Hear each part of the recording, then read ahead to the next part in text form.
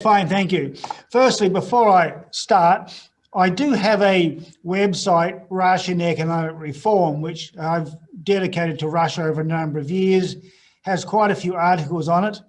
It's recently been under attack from hackers, and some strange things have been put on. Somebody's got hold of my password. I'm trying to sort that out.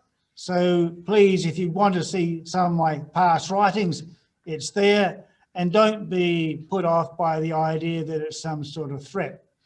Now, the idea that management can play a crucial role in Industry 4 is pretty obvious, I guess, because management has played a crucial role in any of the industrial revolutions. In the first industrial revolution based on steam, the second industrial revolution based essentially on electricity, third industrial revolution probably on electronics, and now we have the fourth industrial revolution, supposedly, as some people call it, based on the digitalization.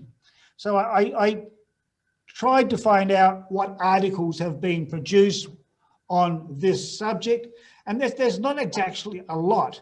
There's the World Economic Forum, HR, Shaping People's Strategies in the Fourth Industrial Revolution, produced last year.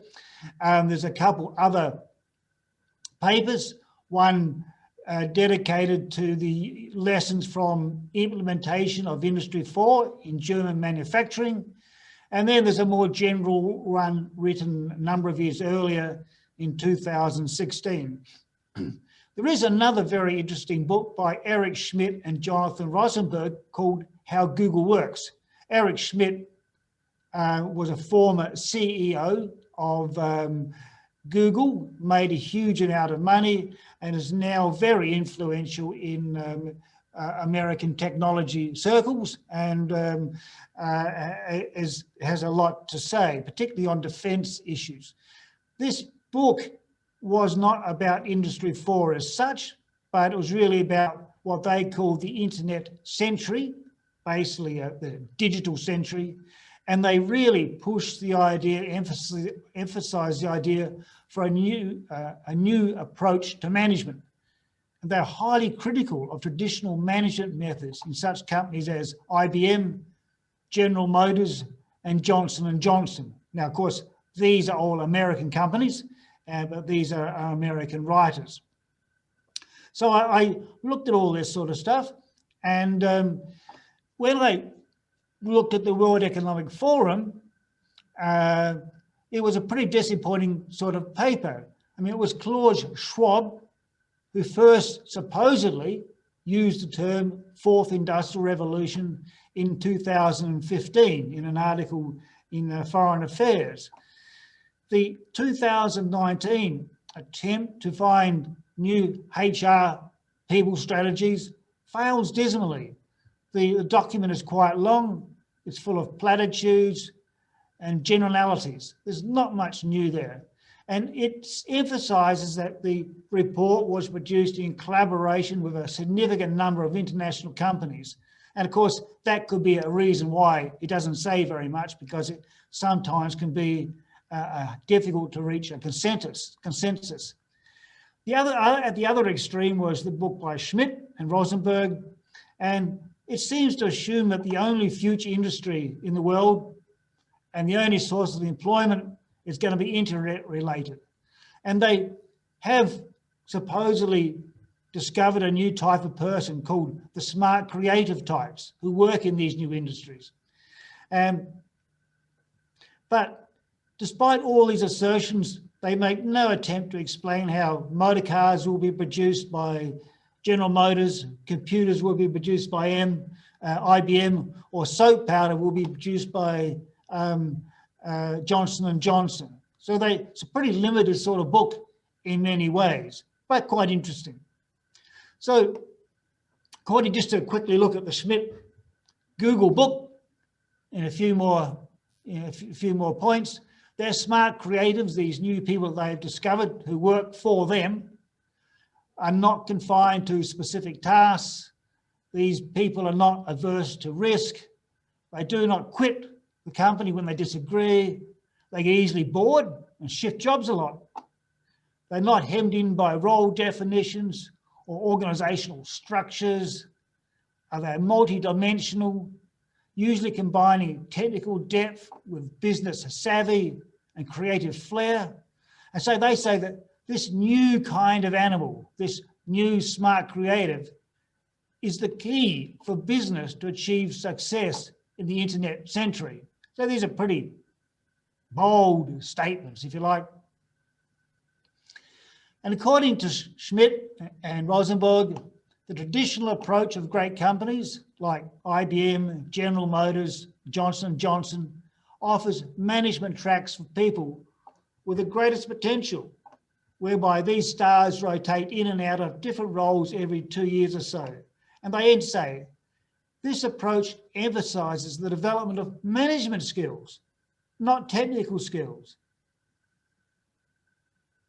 And as a result, most knowledge workers in traditional environmental places like IBM, General Motors and Johnson & Johnson develop deep technical expertise but no breadth, or broad management expertise but no technical depth. So the new animal, the smart creative that Schmidt and co believe they've discovered at Google can do all these things. And they say that the traditional approach to management creates an environment that it is biased towards lowering risk and avoiding mistakes. And this stifles smart, creative people. That is, things are not creative, people are not innovative, they can't work there, and they leave. So that's the extreme Schmidt-Google view. In between the nothingness almost of the World Economic Forum report and the extreme views of Schmidt and co, there was another couple papers which I found, and they have some recommendations about how to manage Industry 4. And these are the main recommendations. Train employees in ICT and an interdisciplinary approach. Use a matrix organisation. Some of you might quite know what that term means, but it means you don't have strict vertical hierarchical lines of control. You have a matrix where people go up and down and across. The more of a matrix type situation where people interact up and down and horizontally. A flat management structure, they suggest. That is, you don't have too many lines of control, too many people, a few people managing as possible. Use project teams where possible. Keep them small, interdisciplinary. Develop a corporate culture characterised by flexibility, openness, willingness to learn, and an entrepreneurial mindset. Take a customer-oriented approach, engaging with them across the whole entire value chain where possible. Now you look at these things, you think, what's new? What is so different about managing technology in the Industry 4 period that is, what's so different about managing that to now? Why a good company should be doing these things now? It doesn't have to start doing them when we get to Industry 4. So all the authors above, and including Schmidt and co at Google, these two books here, and also generally other writers like Peter Drucker, and I talk about him in the article I wrote for this, but I haven't mentioned in this presentation in an attempt to keep it short, all agree that in a period of rapid technical change, you need to focus on short-term innovation, but long-term capabilities. That is, you get people who can do things, different things. But at the meantime, because of the sheer speed of changing technology now, you should not expect your innovations to last for a long time, because somebody's is always going to be coming up with something new. Moreover, even if you think you have a good idea, a good project, if it becomes clear that it's not going to be the latest thing, it's not going to deliver what you expected, you must be prepared to abandon it, even if you spent much time and money on it. And this is something that Schmidt at Google emphasised, as well as these other authors which I've mentioned. All of the authors, Schmidt and the others, would agree that openness to new experience and a learning orientation should rank ahead of performance orientation when hiring. This is really, I have my main difference with all these books. Even in the digital age, even in an internet age, there's still going to be lots of tasks which are very mundane and boring. Somebody still has to manufacture cars and install robots. Somebody has to put the 5G infrastructure in place. On the streets, somebody has to organise them. Somebody has to manage the workers. Somebody has to do, excuse me, very basic management tasks. So in reality, even though we know that, excuse me, ideas about management have evolved since the first industrial revolution, through the second and through the third, human nature has not changed.